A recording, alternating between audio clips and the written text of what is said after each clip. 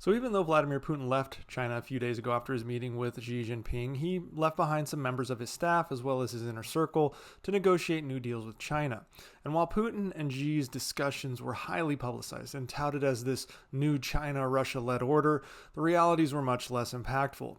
The negotiations, which concluded yesterday, included current and former defense ministers Belousov and Shoigu, foreign minister Lavrov, and some prominent Putin business cronies like Igor Sechin, Timchenko, and Deripaska. The delegation was so extensive that there was a running joke taking place in Russia, where they were saying, with everyone out of the country, how easy would it be to launch a coup? Well, those people were put in jail for that joke. No, I'm kidding, actually. Or am I?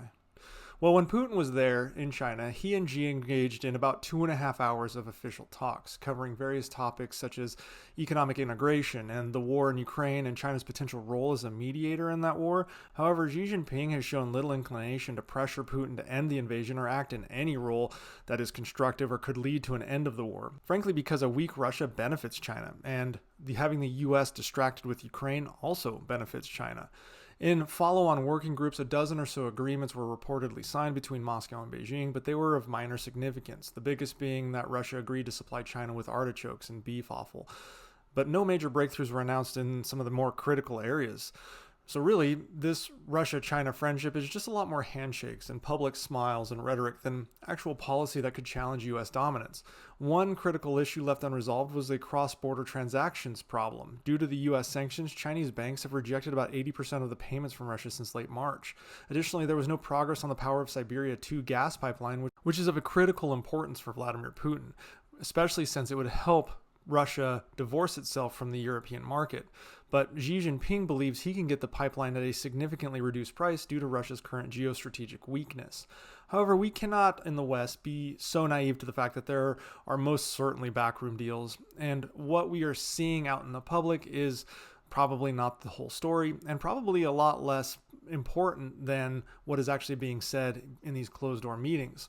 According to British intelligence, China agreed to provide Putin with weapons for use against Ukraine via third-party countries like North Korea. It's worth noting that U.S. intelligence disagrees with this assessment, but if it is true, it is clear China is not actually supplying Russia with enough weapons to win, but just rather to sustain.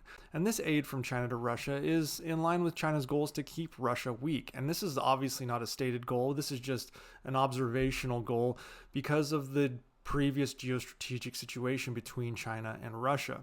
So how does China keep Russia weak by giving them weapons, you ask? Well, it keeps Russia dependent on China and, more importantly, keeps them in the fight. Western weapons are giving Ukraine an advantage. Putin has stated he wants a ceasefire. He sees either a stalemate or a situation where the tables could turn, not necessarily catastrophically against Russia, but you could see a situation where Putin may be forced to end the war on more westernized or Ukrainian terms.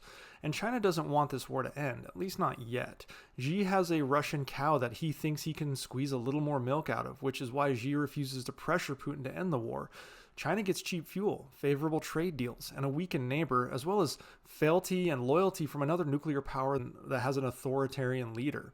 China wants Russia to keep fighting, but they don't want Russia to win and incur the wrath of the US and Europe, but they also don't want Russia to quit.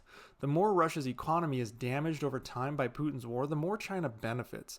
China knows this, and honestly, Russia probably begrudgingly admits this as well. China accounts for 1/3 of Russia's trade, while Russia only makes up 4% of China's. So China will provide just enough help to Russia while keeping plausible deniability, just so Russia doesn't give up. Again, a weakened Russia is always good for China, and China plays the long game here. But there is a very fine line China must walk. You don't want to incur sanctions from the US for helping Russia, and you also don't want to tip the balance here so that the US and the West takes the gloves off and provides more aid to Ukraine and lifts the restrictions on US weapons. And on top of that, the last thing China wants is for this to be seen as a China-Russia fight against the collective values of the West, which is why there may be no actual weapons provided despite what British intelligence may be saying. Nonetheless, whether the intel on the weapons being provided is true or not, China most certainly is providing dual-use technologies that Russia is using for the war, things like microchips or tools, UAVs, optics, etc. Unfortunately, if China does supply weapons to Russia, it basically eliminates or kicks the can down the road of any hope that Russia will exhaust its economy, exhaust its stockpiles of weapons, and be forced to withdraw because of these economic problems. Instead, if China is providing weapons, only a Ukrainian success on the battlefield will eliminate Russia's ability to fight onward. But on the other hand, this also depletes China's stockpiles that would be meant for Taiwan's invasion. So if weapons and ammo do begin flowing from China to Russia, we can infer that Xi is not serious about a Taiwan invasion in the near term.